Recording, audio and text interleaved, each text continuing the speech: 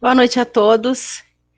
Bem-vindos a essa sexta-feira literária, como integrante da programação rica e extensa do Festival Literário do IEF Sul de Minas, Campus Pouso Alegre. Para começarmos essa conversa, gostaria de fazer um pequeno lembrete.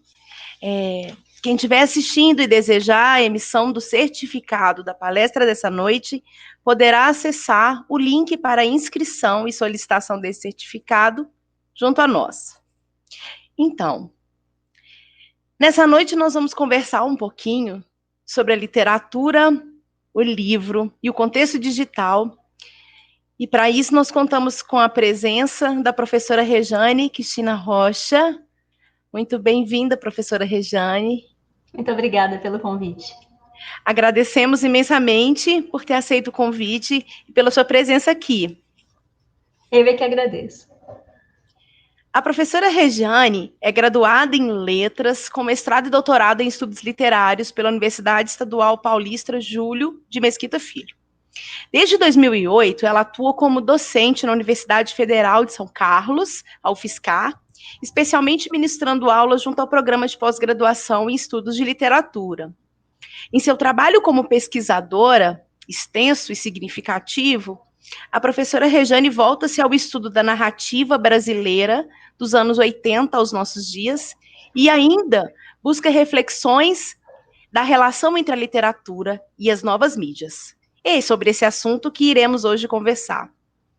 Além disso, ela também lidera o grupo de pesquisa Observatório da Literatura Digital Brasileira, da UFSCar. Muito obrigada, professora Rejane. Eu é que agradeço. Eu gostaria de dar boa noite a todos e todas que estão conosco hoje aqui e agradecer a professora Luciene Ferreira de Castro e a professora Elisângela Lopes pelo convite, pela recepção calorosa, pela apresentação tão cordial e tão elogiosa. Muito obrigada. Né? É uma honra ter você entre nós.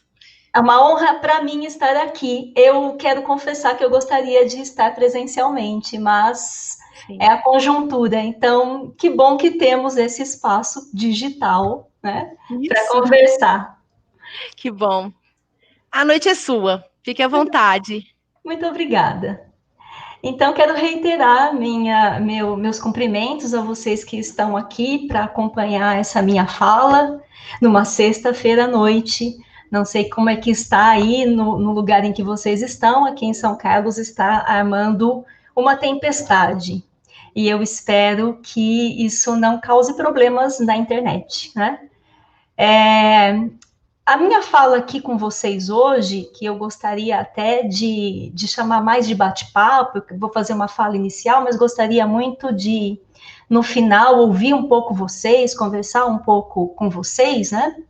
Vai tratar, tem um título, né, que vocês devem ter visto, que é Além do Livro, Literatura e Novas Mídias. Eu queria começar explicando um pouco esse título, né? E já refletindo com vocês a respeito desse espaço paradigmático que a literatura assume, né, na nossa civilização ocidental, e esse espaço paradigmático é o livro, né? Se a gente pensar historicamente, vou fazer isso bem brevemente, né? Mas se a gente pensar historicamente, o que a gente entende hoje por literatura, eu não estou falando só da existência de textos literários, que isso, puxa, é muito mais antigo, mas eu estou falando dessa instituição que a gente chama de literatura e que tem a ver, evidentemente, com o texto literário, mas tem a ver também com os objetos que dão suporte ao texto literário, que tem relação com as atividades relacionadas ao ambiente literário, né? Se a gente for pensar na literatura dessa maneira, um pouco mais ampla, a gente vai perceber, a gente vai apreender, né, que a história da literatura como instituição, ela começa e se consolida juntamente com a consolidação desse objeto que é o livro. Então, a literatura, ela surge como literatura dessa maneira que nós a compreendemos hoje, como uma disciplina acadêmica, como uma área de estudo, como uma instituição cultural, no momento em que se consolida a cultura impressa, e no momento, então, da invenção desse objeto, né, que se chamava, então, naquele momento, códice. Desde então, livro e literatura, né, são quase sinônimos. Não sei se vocês já se pegaram usando uma coisa pela outra, né? Isso significa dizer o quê, né? O que significa dizer que livro e literatura são quase sinônimos? Significa dizer, por exemplo, que os parâmetros de avaliação crítica da literatura, ou seja, dizer se uma coisa é literatura ou não é literatura, tem muita relação, né, com o fato da literatura estar publicada num objeto que recebe um texto impresso, e esse objeto é chamado de livro. Eu diria que todo o sistema literário, né, veja, estou pensando em sistema literário como tudo isso que eu falei antes que envolve a atividade literária, não só o texto, né? Todo o sistema literário, ele se constrói em torno da valorização do livro. Pensem, por exemplo, que os autores, mesmo quando começaram a escrever em blog, mesmo quando começaram a escrever em plataformas de autopublicação, mesmo quando a gente estava conversando agora antes da mesa começar, eu e Luciene, nós estávamos falando do caso do livro, que antes era CD, ainda continua sendo CD, mas depois foi transformado em livro, que é o livro dos Racionais, que está caindo agora no vestibular da Unicamp, né? Então, vejam, o CD do Racionais não cai no vestibular da Unicamp. O que cai no vestibular da Unicamp é esse CD transformado em livro. Um autor de romances em plataformas de autopublicação, ou mesmo nas plataformas de fanfic, mas que gostaria mesmo de ser autor, de entrar nesse universo, nesse sistema literário, ele vai almejar a publicação do livro impresso. O mercado editorial, ele se organiza grandemente em torno do livro impresso, né? Houve um momento em que o mercado editorial apostou um pouco nessa coisa do e-book, mas ainda assim o livro impresso impera. E se a gente pensar nas bibliotecas, então? As bibliotecas, elas são lugares, né, de guardar isso que é o livro impresso. Eu fico pensando que a gente nunca parou para pensar que isso era um problema ou que isso era apenas uma forma de ver a literatura, né? Que a literatura poderia estar em outros espaços, que não necessariamente inscrita numa materialidade impressa. Eu fico pensando que isso não era um grande problema até o momento em que a cultura impressa sozinha era hegemônica. Eu acho que dizer que a cultura impressa era hegemônica é bem polêmico, né? E não pensem que eu não digo isso com um pouquinho de dor no coração, né? Eu adoro o livro impresso, né? Mas a gente tem que admitir que muitas das nossas atividades, não só culturais, mas cotidianas, elas estão atravessadas cada vez mais por uma textualidade digital, né? A gente tem sido bombardeado, ainda mais agora em tempos de pandemia, por uma textualidade que circula nos meios digitais, que se produz nos meios digitais, que nós lemos a partir dos dispositivos digitais. Tem um pesquisador que eu gosto muito que faz uma pergunta muito provocativa. Ele diz assim: haverá cultura impressa depois do impresso? Eu sei que muitos de vocês usam cadernos, leem livros impressos, fazem as suas anotações à mão, né? Ou tiram xerox e leem os seus xerox impressos. Então, isso parece que está um pouco distante.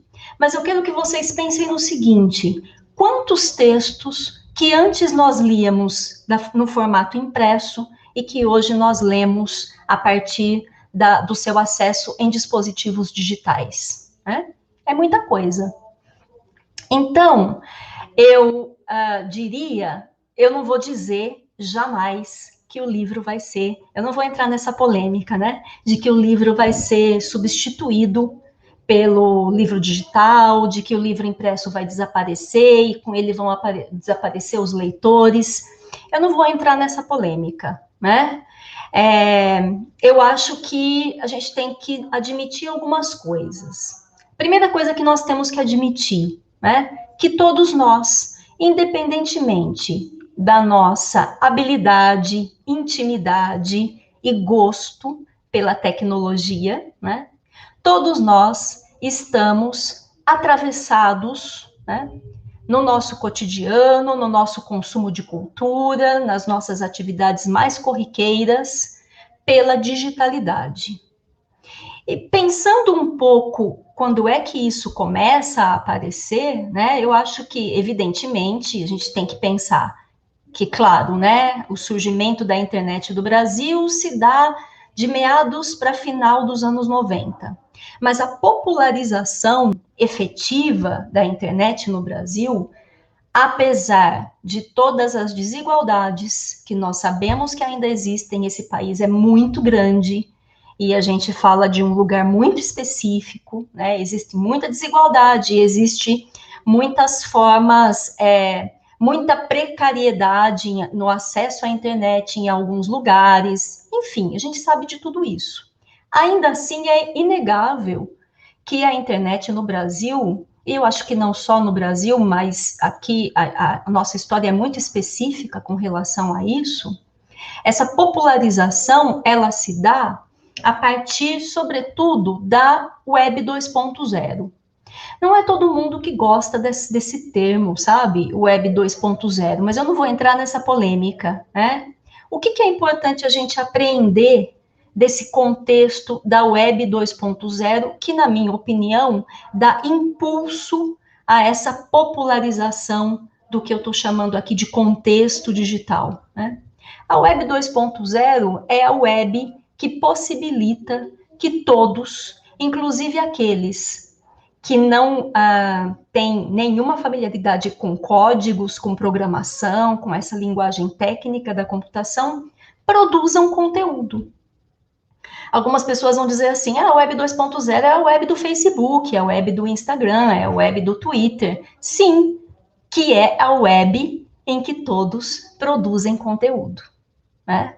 Então, quando eu faço um post, quando eu tuito, quando eu publico uma fotografia, o que eu estou fazendo é produzir conteúdo para essas plataformas. Acho que vocês já devem ter assistido os documentários aí do Netflix, né? Tem um mais antigo, um que foi recém-lançado, enfim. A gente pode pensar bastante nisso, porque, enfim, a gente está produzindo conteúdo de graça, né? Os nossos dados estão sendo coletados. Muitas vezes nós não sabemos disso, mas isso é conversa para uma outra vez, que talvez a gente se encontre, espero que sim. Veja, a partir do momento que a gente tem essa popularização da internet, né, essa popularização dessas práticas digitais, dessa textualidade digital, dessa possibilidade que qualquer pessoa tem, desde que ela tenha, evidentemente, acesso à internet e algum dispositivo físico para fazer isso, acesso a algum dispositivo para fazer isso, essa possibilidade de produzir conteúdos, o que a gente começa a observar? A gente começa a observar uma paulatina mudança nos protocolos de leitura e também nos modos de escrita. Não podia ser diferente, né? A partir do momento que nós temos mais gente lendo na tela, mais gente escrevendo em processadores de texto, mais gente acostumada com um tipo de layout em que textualidade, matéria verbal, vem sempre acompanhada com imagem, com hiperlink, com movimento. A partir do momento que eu tenho isso, eu tenho, evidentemente, uma alteração profunda nos modos de produzir e também de consumir cultura. E eu não acho que a literatura esteja fora disso, muito pelo contrário. Eu acho que a literatura ela tem um lugar muito interessante dentro disso que eu estou chamando de contexto digital. E é um pouco disso, então, que eu vou falar agora nesse segundo momento, né? Eu diria que esse primeiro momento foi um preâmbulo, né? E que agora eu vou entrar numa terminologia um pouco mais técnica, mas eu vou me esforçar para não ficar chato, né? Muito bem, se nós partimos do pressuposto que todos nós, independentemente do nosso nível de utilização de dispositivos e ambientes digitais, todos nós estamos imersos, somos partícipes desse contexto digital, né? É muito óbvio até pensar que os escritores também estão. E os leitores também estão. E os editores, e as livrarias, e toda essa rede, né, de atores e de práticas que a gente costuma identificar como literários, né? Muito bem. Vou falar então um pouquinho dessas definições, enfim, e vou tentar não ser chata, né? Vou tentar.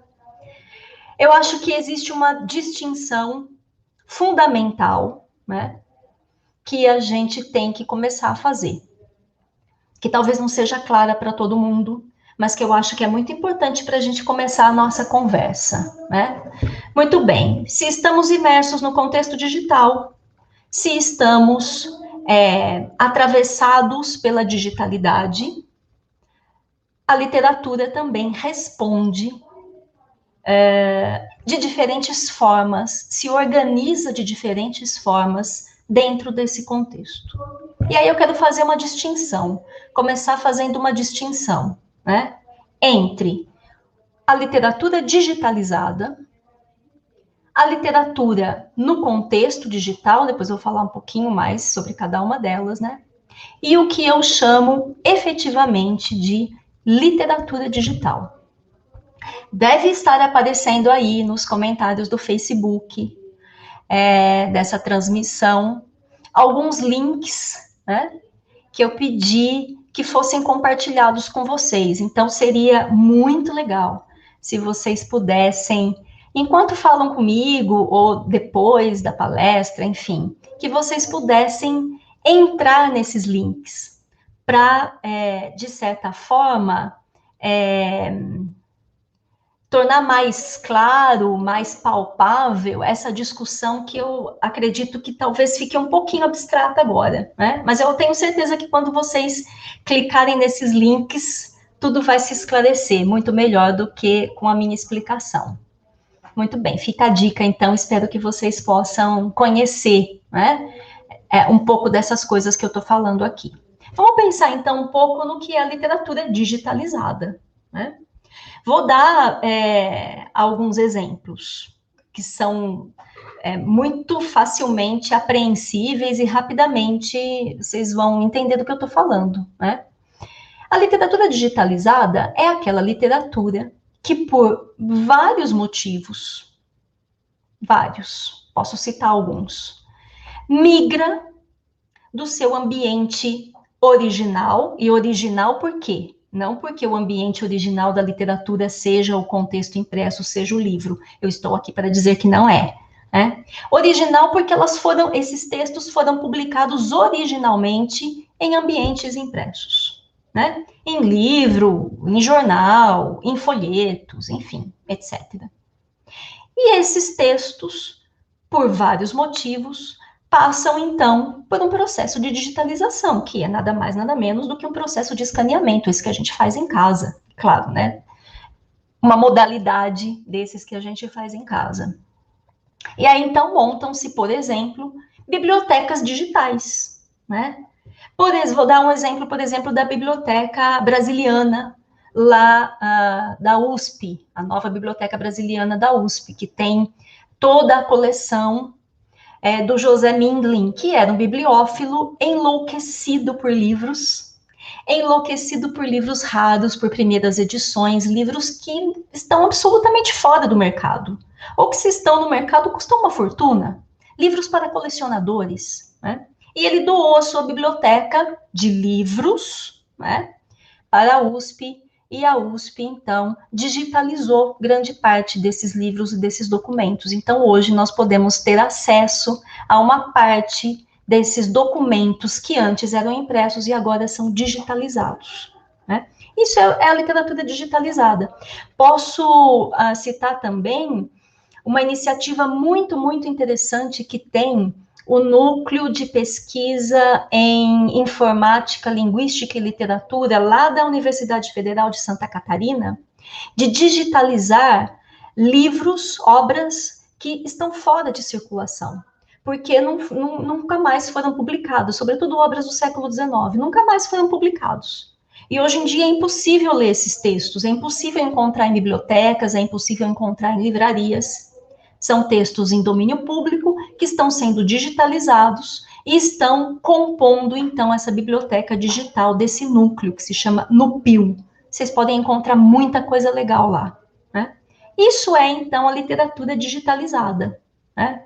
Se eu tenho um livro em casa e digitalizo uma página, jogo no Instagram, porque eu gostei daquele conto, eu gostei daquele poema, e eu gostei do efeito de ter uma foto do livro e etc., né, do poema impresso, eu estou digitalizando uma literatura. Isso é literatura digitalizada, né?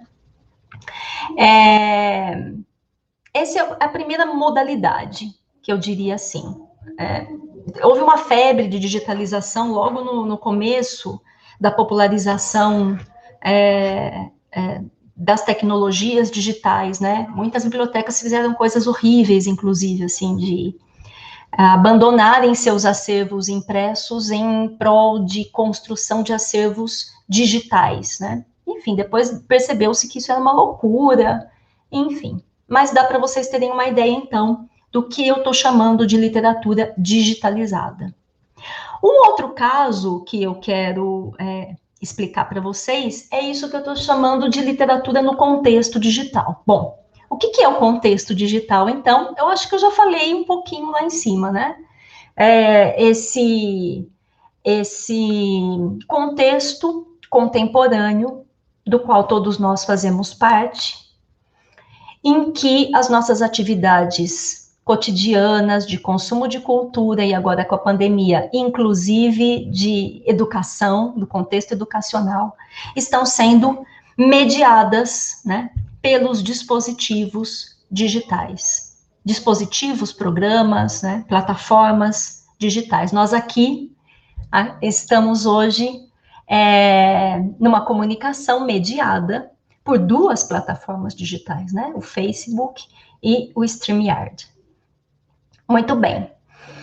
Então, o contexto digital é isso, né? Por mais ou menos contato que nós tenhamos com a digitalidade, por mais ou menos intimidade que nós tenhamos com a digitalidade, nós estamos imersos nesse contexto. Isso é inescapável. Se você tem um cartão no banco, pronto, você já está fazendo parte disso que eu estou chamando de contexto digital, né? E como é que está se comportando a literatura nesse contexto? Por exemplo, quando ela é impressa, né?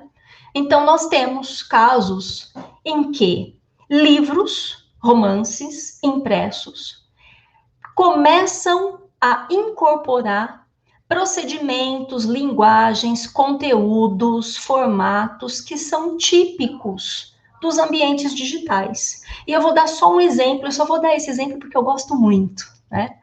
Tem um que eu gosto muito porque, para mim, é um exemplo muito bom, muito paradigmático, e também porque eu posso estar enganada, mas ele é, assim, o primeiro, né, bom romance que trabalha com essa mútua contaminação, né, entre digital e impresso, que é um livro que se chama Os Famosos e os Duendes da Morte. É possível que alguns de vocês conheçam o filme, é um filme brasileiro,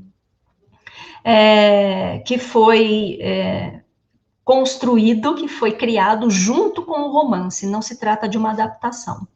O autor desse livro se chama Ismael Canepelli, é um jovem autor, né? E a história do romance é o seguinte, não, sem spoiler, e vou falar muito brevemente. Há um protagonista, esse protagonista mora numa cidade do interior do sul do Brasil, uma cidade muito pequena e uma cidade muito conservadora. E esse jovem, né, muito jovem, tem muita vontade de sair daquela cidade e ver o mundo.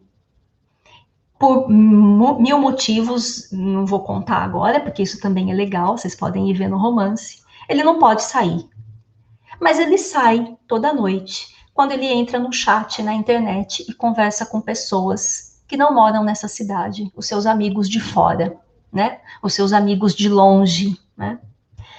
E é muito interessante, porque não é só porque o protagonista entra num chat da internet que é legal, né? O legal é que, por exemplo, num determinado momento, aparece um link do YouTube. A transposição desse link do YouTube indica o quê? Indica que o protagonista está assistindo um vídeo. E indica também, né, a necessidade de o leitor fechar o seu livro e ir para o YouTube para assistir o mesmo vídeo que o protagonista do romance estaria assistindo àquela altura da narrativa. Eu acho isso um procedimento corajoso, porque quem entra no YouTube talvez nunca mais volte para o livro, para começo de conversa, né? Mas é muito corajoso em termos de contaminação do impresso, de uma estrutura narrativa impressa, que se organiza a partir dos parâmetros da cultura impressa, né? E uma experimentação com uma forma de narrativa que pode ser, que pode advir da cultura digital, no caso o YouTube. Eu recomendo demais esse romance e recomendo que vocês façam isso mesmo. Num determinado momento, feche o livro, vá ver os vídeos, depois volte para o livro, depois vá ver mais vídeos, né?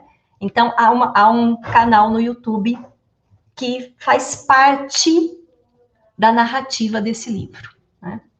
Isso me parece, um sinal de que a literatura, mesmo impressa, ela está se contaminando, e contaminando aqui não tem um sentido pejorativo, nessa palavra ultimamente não é uma boa palavra, né? Ela está se contaminando pelas linguagens da literatura, da cultura digital. Eu acho que há ainda um outro caso, um outro exemplo de como a literatura se insere no contexto digital, além desse que eu acabei de dar. Por exemplo, quando autores que fazem uso das plataformas digitais como uma forma alternativa de publicar seus textos. Ou porque eles não têm grana para pagar uma editora, que a gente sabe que não é fácil mesmo, ou porque foi recusado pelas editoras, ou porque, enfim, acha que ali tem mais alcance, ou porque quer divulgar, né, o livro que ainda não saiu, mas vai sair. Bom, há várias motivações, né?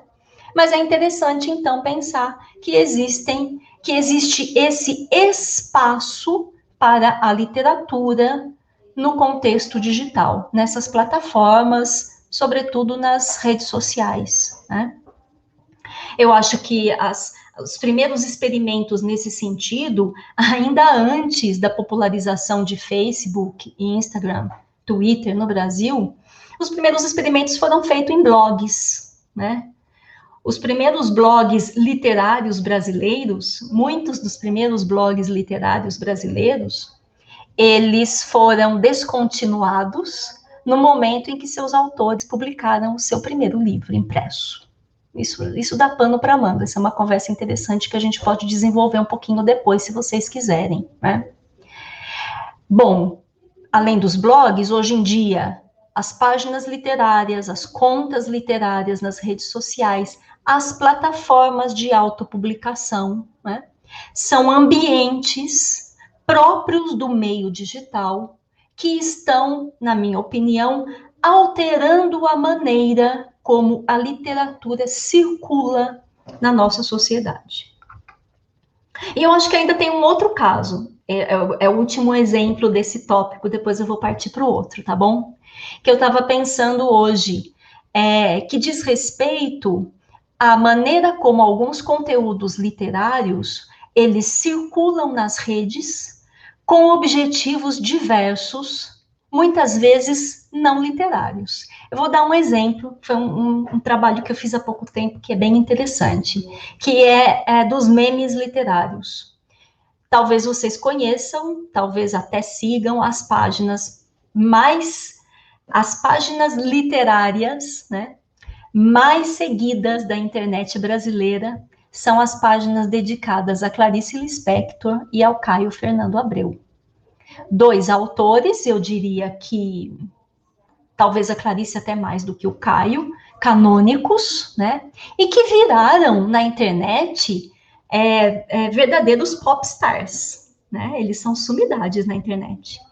Ambos mortos, vocês já sabem, evidentemente. Então, essas páginas são criadas por pessoas, terceiros, que são fãs dos textos desses autores. Muitas vezes não. Na grande maioria das vezes, não especialistas, eles não são professores de literatura, eles não são estudantes de letras, não, são pessoas que gostam daqueles textos. E essas pessoas, elas fazem um trabalho que eu chamaria que são experimentos de apropriação, né? Que é o seguinte, uma imagem normalmente retirada de um banco de imagens, desses 1000 bancos de imagem que a internet, de graça, que a internet tem, né? Uma imagem, a escolha de uma citação do autor, a junção das duas coisas e a postagem numa conta. E essas contas e essas páginas, elas ganham uma popularidade tão grande que chega num determinado momento, elas mudam. Elas não publicam mais nada sobre a Clarice Lispector e mais nada do Caio Fernando Abreu. Elas publicam outras coisas e, às vezes, assuntos que nem são literários. Então, usam o capital literário, digamos assim, né? O capital do nome desses autores, reúnem uma quantidade imensa de seguidores. E depois, nessa mesma página, começa a se publicar coisas, a revelia do assunto literário. Eu acho que esse também é um caso interessante, né, para a gente pensar um pouquinho de como é que a literatura tem se comportado no contexto digital. Veja, os dois últimos exemplos que eu dei, né, os dois últimos casos que eu mencionei, tanto no caso dos autores que fazem uso das plataformas como meio de publicação e como meio de circulação e de divulgação dos seus escritos, quanto no caso das páginas e contas que divulgam os memes literários e de repente deixam de falar de literatura e falam de outra coisa, mas continuam com os mesmos seguidores, né? Esses dois últimos casos, eles dão conta de um movimento que é o de usar o espaço digital, né, os diversos espaços digitais, as plataformas e as redes sociais, né, como formas de interação, né, com os seus leitores. Então, usam essa possibilidade de interação, usam essa possibilidade de alcance, né, essa coisa tentacular que é a internet, né? usam essa possibilidade, mas tem uma coisa que eles não fazem, que é usar de forma criativa, né, as possibilidades dessas plataformas, dessas redes sociais, para fazer uma literatura que efetivamente esteja experimentando com as possibilidades e as linguagens e até mesmo as impossibilidades dessas redes digitais. O que eu quero dizer, para facilitar e resumir, é o seguinte: nesses dois últimos casos, são textos que facilmente a gente poderia imprimir e ler no papel, né? Então, quer dizer, poderia estar ali, mas poderia estar num livro impresso, poderia estar no folheto, poderia estar no jornal e etc. Eu disse isso para já fazer uma transição para a última definição que eu queria trazer aqui para vocês, que é a mais aguardada, né? E para mim a mais interessante, porque é o que eu estou estudando no momento, que é a literatura digital, a efetiva literatura digital. Então tudo isso que você falou até agora não é literatura digital? A priori, não. Não para mim, né? Depois a gente pode conversar, vocês podem discordar de mim, vocês podem me dar exemplos que desmontem a minha argumentação, ok, eu vou amar, né? Mas, a partir das coisas que eu tenho visto e tenho discutido no meu grupo de pesquisa, os alunos que têm pesquisado comigo, não, esses casos, a priori, não são exemplos de literatura digital. E aí, então, eu vou falar um pouco para vocês o que eu entendo por literatura digital, né? Falar desse conceito é realmente um desafio, né? Trata-se de um conceito ainda instável. E eu acho que por dois motivos ele é instável. Acho que dois motivos que a gente pode resumir até em um, né? Ele é instável porque a literatura digital, como o próprio nome está falando, ela tem uma relação inextricável com a tecnologia. E todos nós sabemos que a tecnologia tem uma relação inextricável com o mercado capitalista, né? E uma marca da tecnologia digital é a sua obsolescência rápida, né? Quanto mais a gente consome, é necessário ter mais novidades, é necessário ter outro celular, e esse celular não conversa com o celular antigo, e o programa novo serve para esse celular, mas não serve para aquele antigo, serve para esse tablet, não serve para o antigo, serve para... Bom, esse é um problema para a literatura digital. Por quê? Porque são novos programas, são novos experimentos literários com esses novos programas. Esses programas, hoje, que são novos, amanhã já não são novos, eles não funcionam mais, eles se tornam incompatíveis com as máquinas que nós temos, e uma vez que esses programas são descontinuados, as obras literárias digitais que são programadas nesses programas, ou ainda que fazem uso das que são construídas nas plataformas digitais, nas redes sociais, essas obras desaparecem. Esse é um caso complicado, é uma longa discussão, uma longa conversa. Aí do ladinho, nos comentários, tem um link que vai para o Atlas da Literatura Digital Brasileira, que é o site do nosso projeto de pesquisa, que aqui na UFSCar está tentando lidar com isso, arquivar essa literatura e preservar essa literatura do desaparecimento. Mas esse é um outro assunto, né? Então, vamos pensar, muito grosso modo, de uma maneira muito simplificada, depois a gente pode conversar mais sobre isso.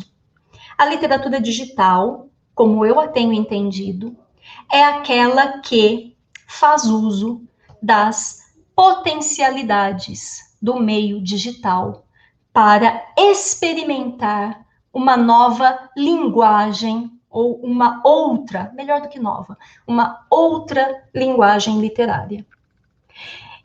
E essa literatura pode se construir em softwares específicos, em softwares programados especificamente para a obra, em softwares programados para outras coisas e que são aproveitados pelos autores para construir as suas obras, e também podem aparecer, por exemplo, nas redes sociais, né, em que os autores experimentam com as possibilidades daquela rede que não foi pensada para fazer literatura, né? Mas que então passa por uma espécie de hackeamento, né? Para funcionar como uma linguagem literária.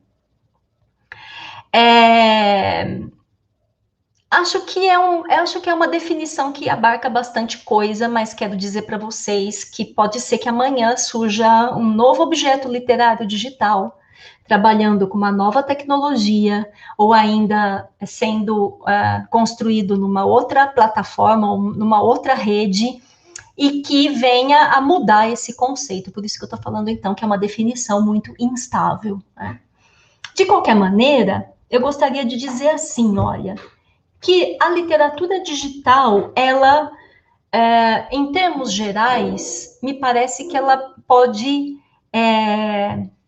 construir duas formas, duas linguagens distintas. Na verdade, são muito mais do que duas, mas assim, se eu tivesse que agrupar os experimentos literários digitais, né, eu diria assim, que uma parte desses experimentos literários digitais, uma parte dessas obras literárias digitais, normalmente uma parte que nós, às vezes com certa dificuldade, confesso, mas aproximamos a poesia, né, é uma literatura que trabalha que se constrói pela multimodalidade. A gente, assim, normalmente, usa a palavra multimídia, né? No senso comum, acho que funciona uma coisa pela outra, né? É que tem uma especificidade técnica na ideia de multimídia versus multimodalidade. Eu prefiro usar multimodalidade, mas eu vou explicar para vocês do que se trata, do que eu estou falando, né?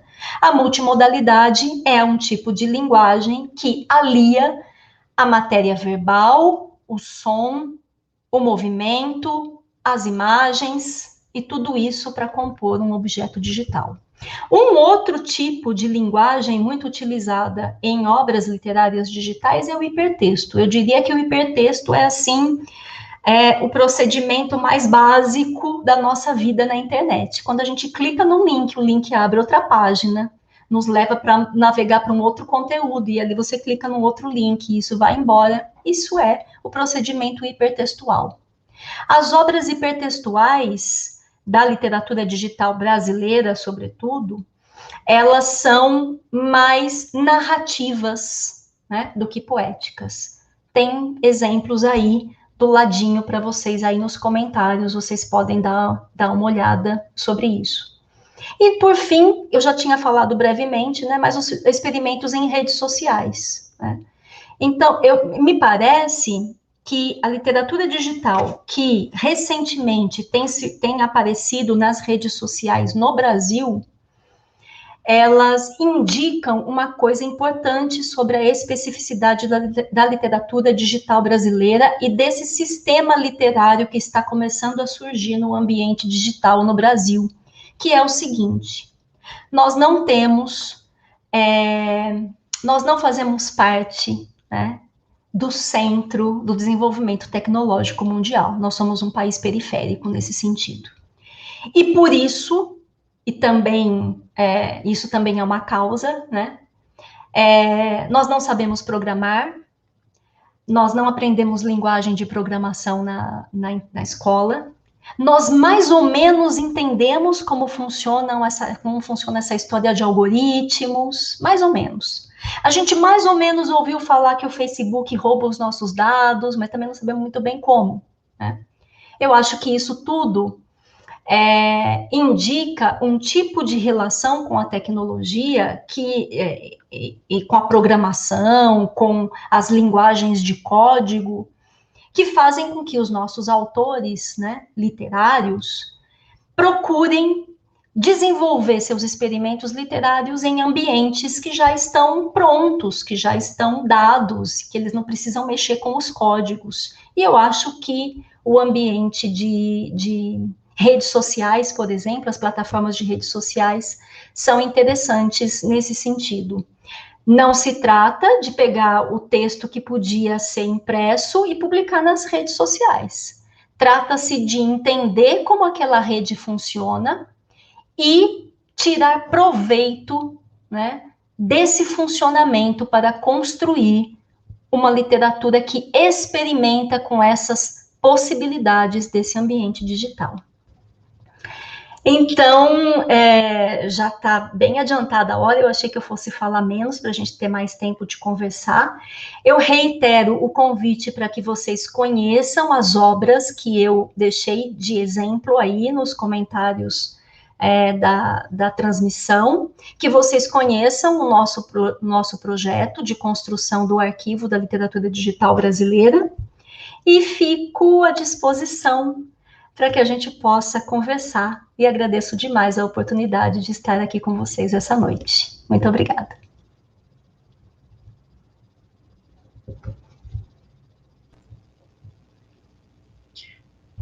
Nós que agradecemos, professora Rejane, foi ótimo. Obrigada. Muito obrigada pela palestra esclarecedora sobre tantos termos com os quais nós convivemos e também sobre os quais sabemos pouco.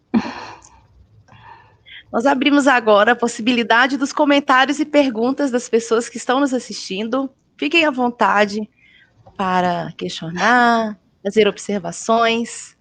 E a gente passa agora para um terceiro momento, que é o momento do debate.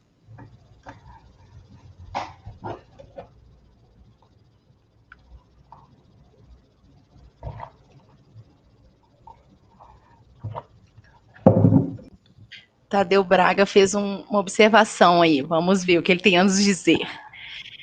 Assunto para outro debate aí, já está alimentando um retorno, professora Rejane, num outro momento, quiçá presencialmente. Nossa!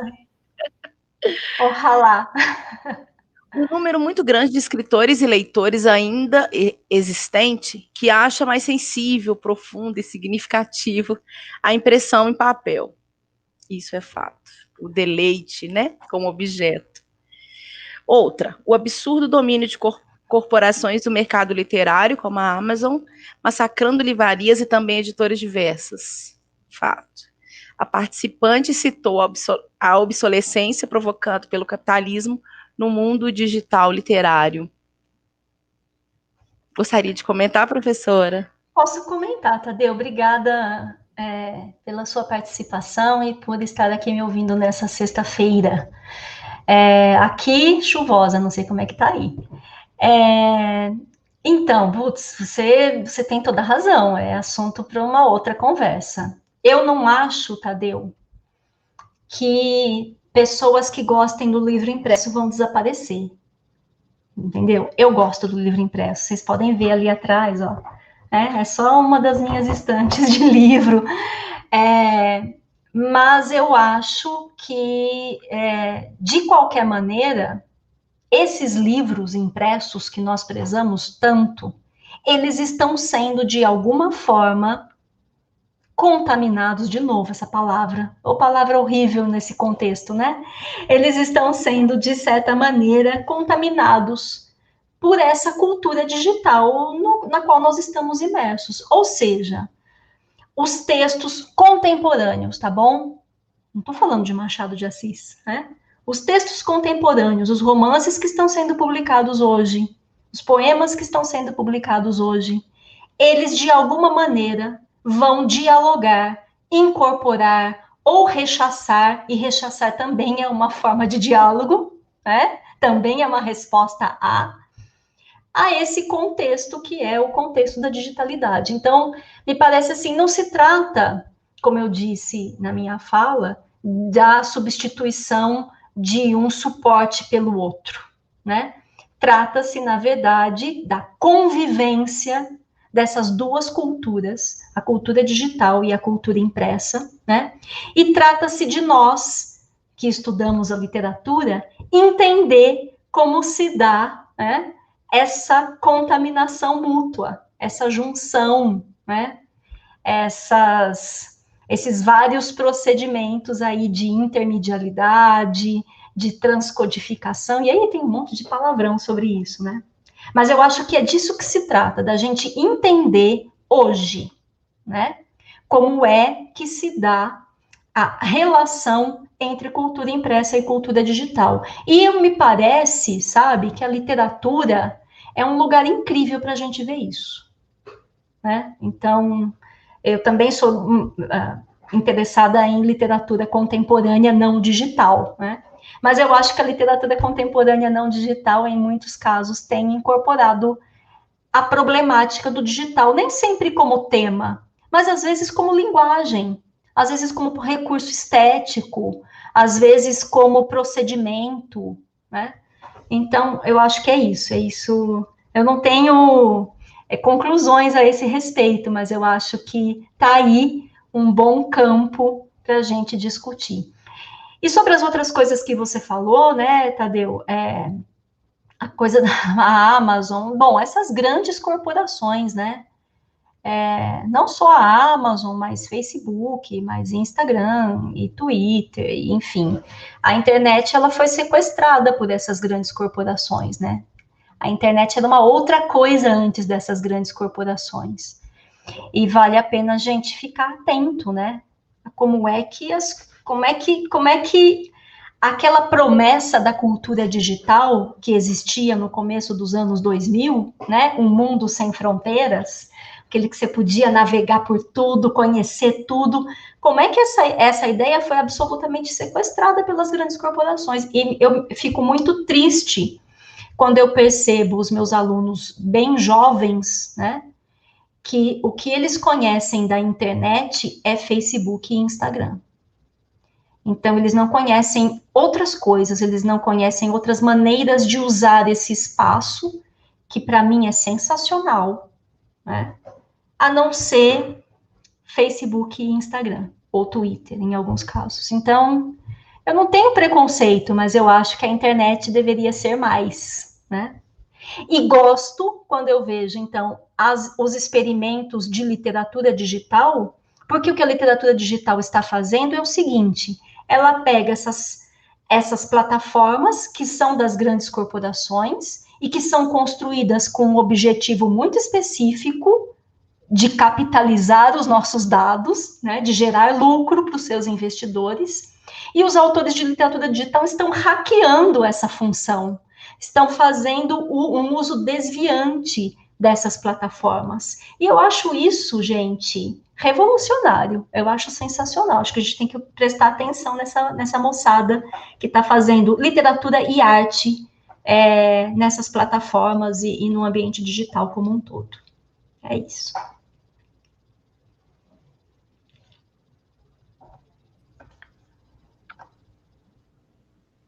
A Renata Manso também fez um comentário: como a educação básica pode ser inserida nesse contexto da literatura digital e literatura em contexto digital? Que prática docente podem ser implementadas? A Renata, muito obrigada, Renata, pela sua pergunta. A Renata é minha companheira de pesquisa desde a primeira hora, quando esse projeto começou. A Renata, junto com uma equipe linda de alunos que eu tenho, estava lá. E a Renata devia ter me feito essa pergunta antes, para eu ensaiar a resposta, porque é uma pergunta complexa pra caramba, né? Eu não sei, porque ela é praticamente metodológica, né? E eu acho que se eu soubesse essa resposta, eu poderia patentear e ficar bem rica. O que eu acho é que, além de literatura, não é além, é antes. Antes de pensar em literatura digital e literatura no contexto digital, é importante pensar numa educação midiática, que nós não temos. Né?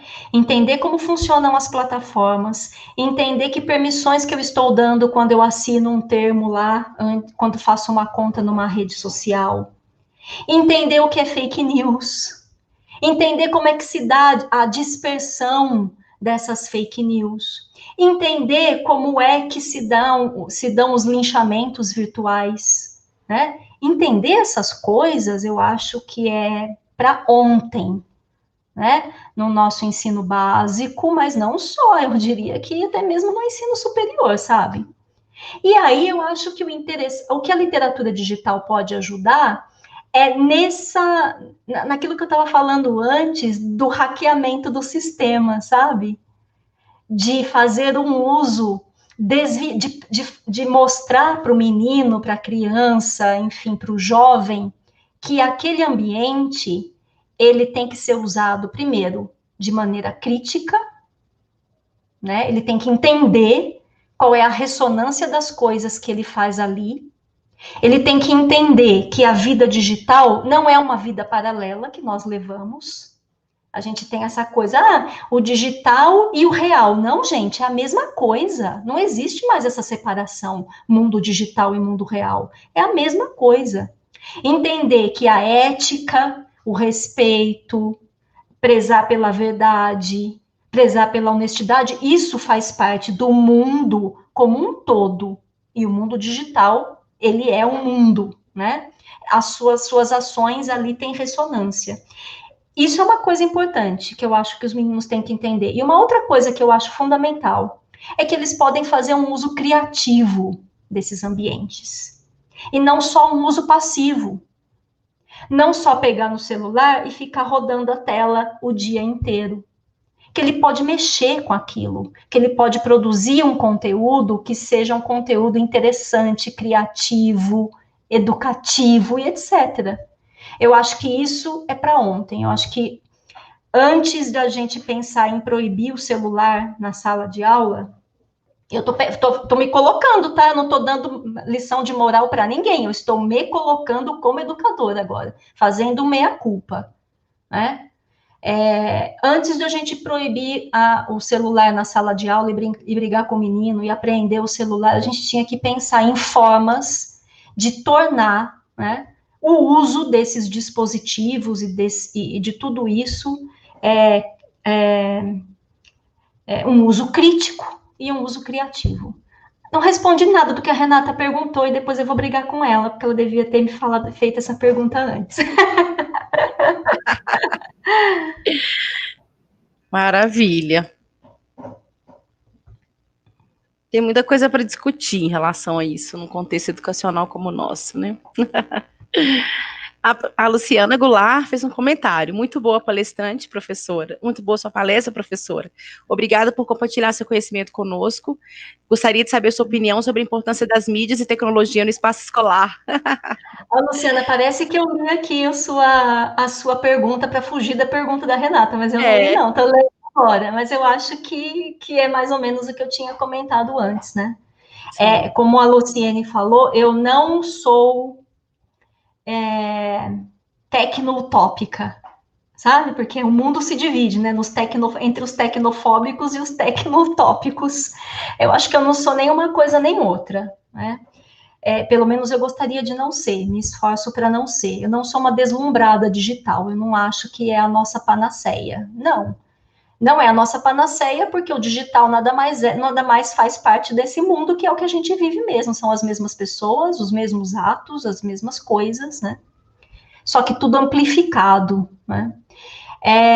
A Luciene colocou, é muita coisa para discutir, né, no contexto educacional. Sim, é muita coisa para discutir, eu não sou especialista nisso. Enfim, a gente tem problemas profundos de acesso, de equipamento, de formação dos professores. Sabe, eu estou me colocando porque, gente, na universidade pública a gente tem problema de acesso, de equipamento e de formação também. Eu estou dando aula online agora e quero dizer que eu estou apanhando. Quando eu preciso dar uma disciplina que se chama Literatura e Novas Mídias na graduação, eu peno para achar uma sala que a internet funcione ao mesmo tempo que o computador funciona, porque se um funciona, o outro não. Enfim, né? Essas coisas elas são complicadas. Mas eu acho que a gente precisa enfrentar de alguma maneira. A gente precisa estudar, a gente precisa ir atrás, a gente precisa pressionar. Acho que não tem muito jeito. É isso. Sim. Nesse contexto, professora Regiana, eu gostaria de fazer um comentário. Pensando na literatura digital, seria, dentro desse conceito que você apresentou, trouxe, discutiu e exemplificou tão bem, como professora eu fico me questionando muito sobre como desenvolver essa cultura crítica da literatura digital, num contexto ainda marcado pelo analfabetismo funcional. Sim. Como desenvolver isso sem a gente pensar que, e aí dentro do que a Luciana falou, dentro do que sua aluna e pesquisadora também disse, do quanto nós ainda estamos aquém de colocar uma discussão efetiva dentro dos universos escolares em relação ao letramento digital. E mais especificamente, o letramento literário digital. Sem esse caminho, fica complicado.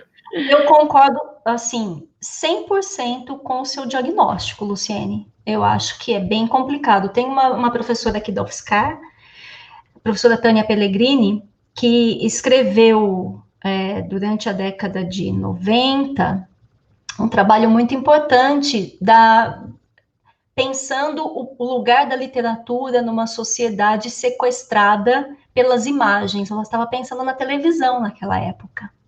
E ela diz uma coisa que é muito impactante, mas muito verdadeira. Ela falou: o Brasil saiu direto do analfabetismo, né, para o mundo das imagens. Não passou pela cultura literária, por uma profunda cultura letrada. Era um diagnóstico terrível, mas eu acho que é um diagnóstico muito verdadeiro. E agora nós estamos mudando de novo um paradigma, então a gente está saindo do paradigma das imagens, entrando no paradigma digital, e a gente não resolveu lá ainda. Isso que você falou, nós não resolvemos os nossos problemas de analfabetismo, ou mesmo de uma alfabetização muito falha, muito insuficiente, ou então uma cultura literária muito incipiente, né? A gente não resolveu. O problema é que nós estamos sendo atropelados. Sim. A gente não pode pensar, vamos parar o mundo aqui, vamos voltar lá e vamos resolver esse problema para depois resolver esse. Não, a gente vai ter que dar um jeito de resolver as duas coisas juntas, tudo junto. Eu não sei, gente, é muito dolorido, sobretudo na atual conjuntura, né? De um total descrédito pela educação, não só descrédito, mas assim, um ataque aberto e franco à educação em todos os níveis, à ciência em todos os níveis. É muito difícil. Eu não vejo esperança senão nos professores, sabe? E eu acho que é muita responsabilidade para os professores, é muita coisa para eles fazerem, mas onde a gente vai buscar esperança nesse momento? Se não for na sala de aula, no chão da sala de aula, nas políticas do MEC? Sabe? Então, é difícil, viu, Luciene? É bem complicado, eu concordo com você. É um contexto complicado, sim. Eu tenho mais uma observação a fazer sobre a literatura, posso, professora? Claro, por favor. Então, desde sempre a gente sabe que a intertextualidade é um dos fundamentos da literatura, né? Sem o diálogo entre os textos, não tem como passar o bastão por outro, já dizia nosso querido Antônio Cândido. Então, sempre houve diálogo dos textos literários com seus predecessores, né? De que modo este diálogo, ou a própria intertextualidade, se expande e se concretiza nesse contexto da literatura digital ou da literatura digitalizada? Uhum. Que exemplo você poderia trazer para nós sobre essa ampliação? É muito legal essa pergunta, e acho assim que, puxa vida, ela dava uma conversa incrível. Vamos ver por onde é que eu vou começar. Eu acho, Luciene, que o contexto digital, de maneira geral, por causa de alguns princípios das mídias digitais, né? As mídias digitais, segundo os especialistas, elas têm alguns princípios, né? Elas têm uma representação numérica, tudo aqui no fim, é um algoritmo. Né? O que a gente está vendo é uma interface, mas o que está por trás dessa interface é um algoritmo, é uma representação numérica. A representação numérica, ela possibilita a modularidade. Então, você pode decompor uma informação e recompor ela em outro lugar. Isso acaba facilitando, né, e motivando um tipo de cultura que é uma cultura da apropriação. Né? É muito fácil se apropriar de coisas, das imagens, dos textos, das músicas. Você recorta e cola. Você recorta e cola a imagem, você recorta e cola o vídeo, você recorta e você remonta, você desmonta e você remonta. Isso é possível graças a esse princípio, que é o princípio da modularidade.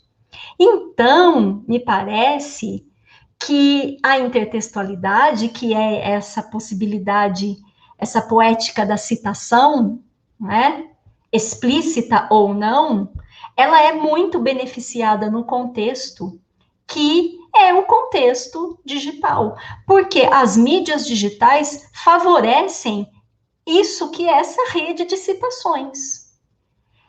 E me parece, e aí, se a gente levar isso assim, ao paroxismo, né, o que a gente vai ver é que mesmo a noção de criatividade, que foi muito importante durante muito tempo, hoje em dia começa a deixar de ser tão importante.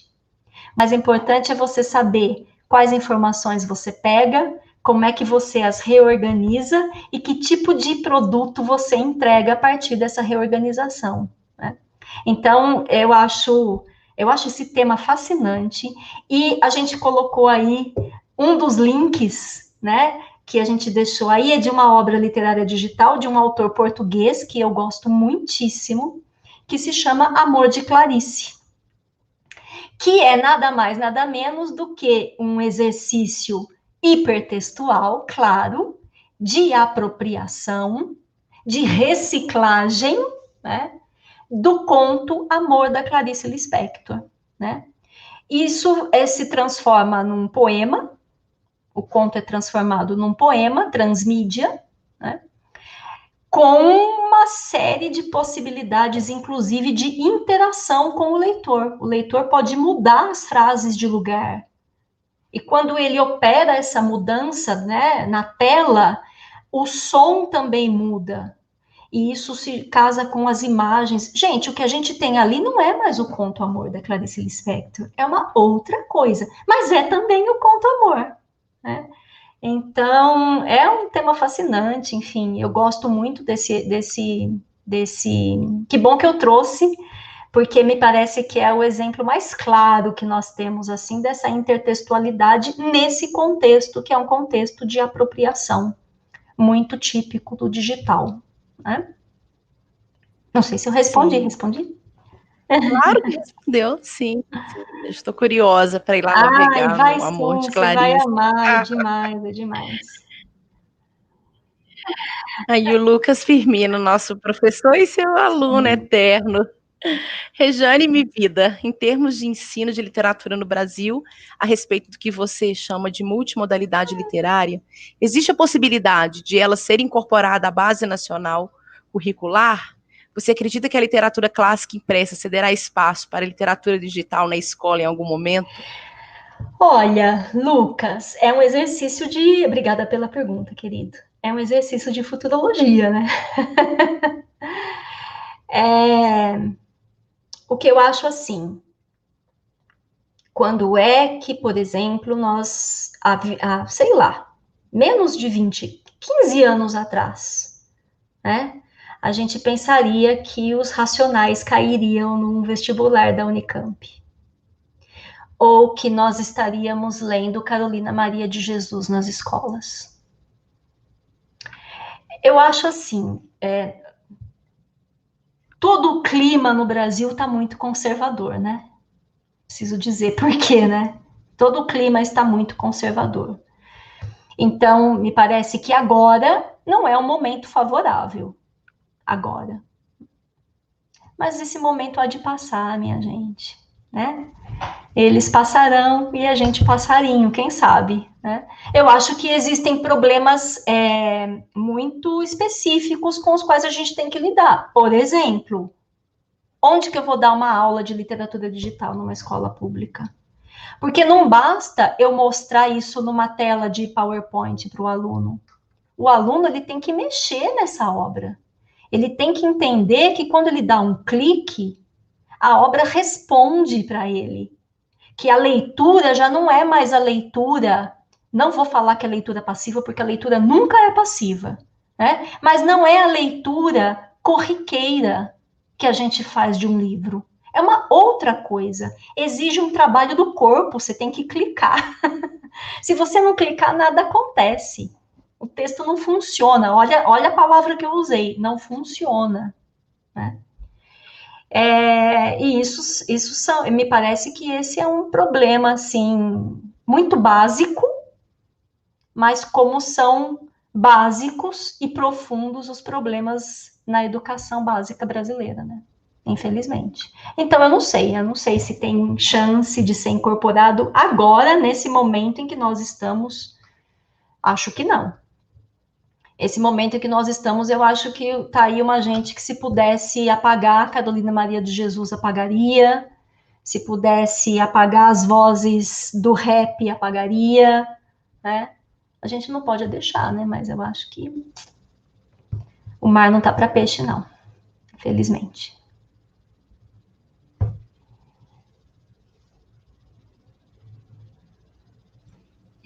A Daniele também fez uma observação com pergunta. Parabéns pela fala, professora. Obrigada por levantar todas essas reflexões necessárias. Gostaria de saber a sua opinião sobre a educação pós-pandemia. Você acredita que essa situação está acelerando a introdução das mídias no contexto escolar? Quais serão os efeitos e consequências?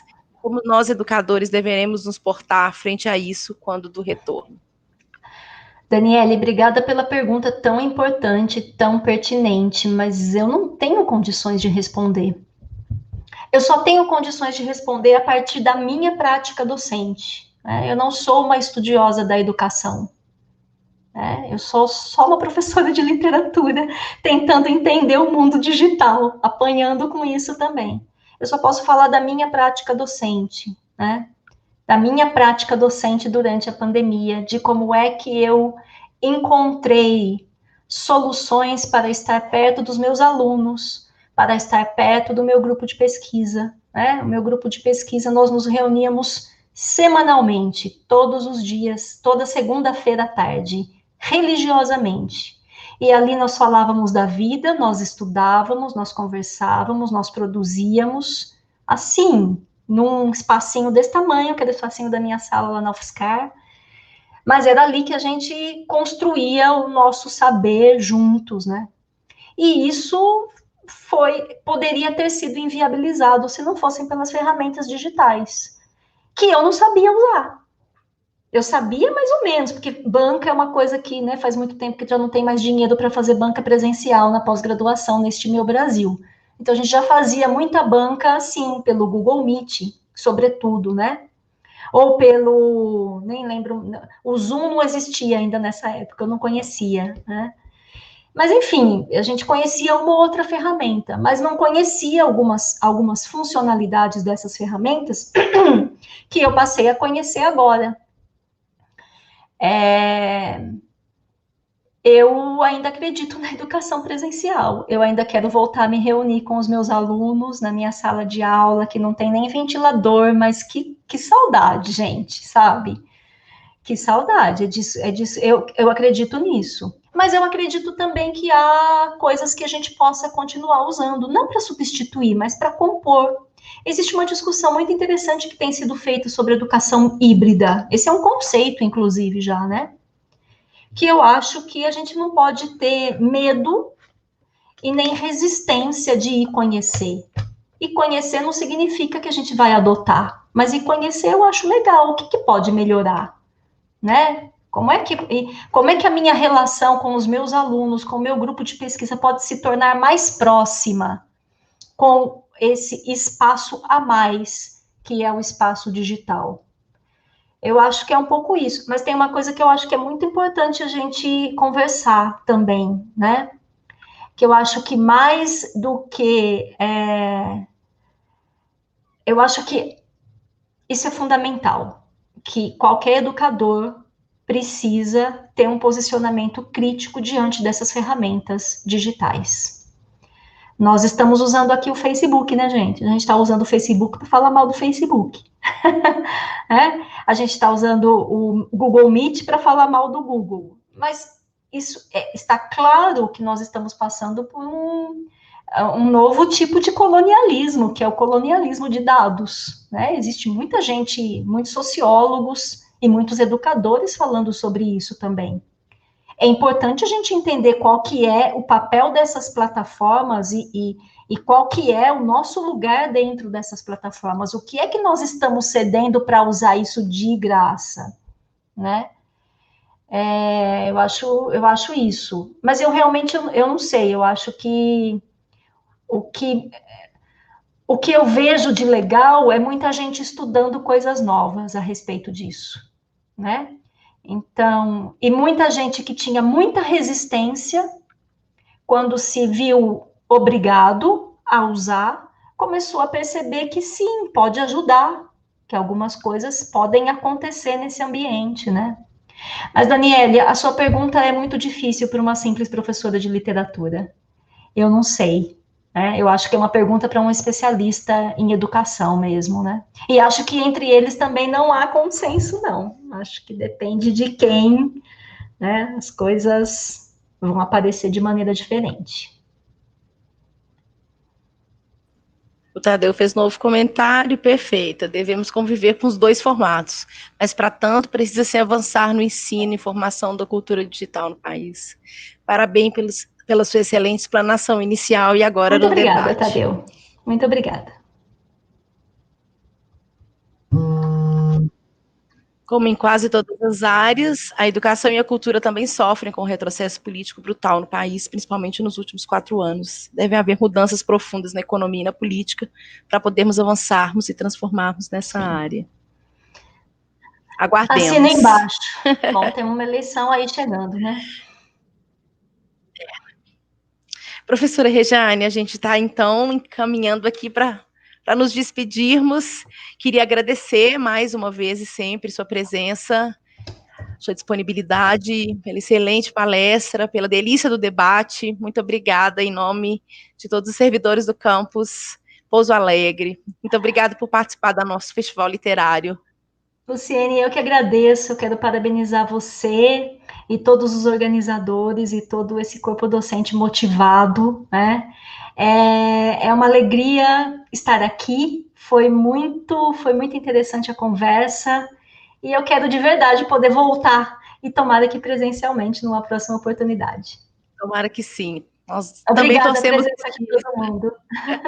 Obrigada a todos, pessoal, por nos acompanhar nessa noite de sexta-feira. Muito obrigada, boa noite e até Boa amanhã. noite.